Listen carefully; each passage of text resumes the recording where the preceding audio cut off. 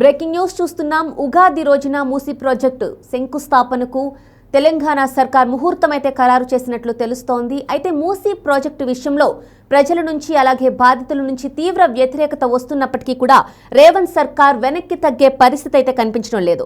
ఇక లంగర్ హౌస్ నుంచి నార్సింగి వెళ్లే మార్గంలో రామ్దేవ్ గూడ వద్ద జేసీబీలతో చెట్ల తొలగింపు కార్యక్రమం చేయనున్నారు.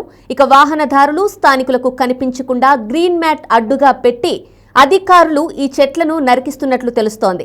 పెద్ద పెద్ద వృక్షాలను నరకడం పట్ల అసహనం వ్యక్తం చేస్తున్నారు అక్కడున్న పర్యావరణ ప్రేమికులు. ఇక తొలి దశలో ఉస్మాన్ సాగర్ నుంచి గాంధీ సరోవర్ వరకు మొత్తం 20 కిలోమీటర్ల వరకు మూసీ సుందరీకరణకు 5,000 కోట్ల రూపాయలు అవసరం అవ్వగా ఇందులో 4,100 కోట్ల రూపాయలు ఏషియన్ డెవలప్మెంట్ బ్యాంక్ నుంచి ప్రభుత్వం సేకరించినట్లు కూడా మనకు తెలుస్తోంది. ఇక గాంధీ సరోవర్ కోసం కేంద్ర రక్షణ శాఖకు సంబంధించిన 38.09 ఎకరాల భూములను కూడా తెలంగాణ ప్రభుత్వం సేకరించింది.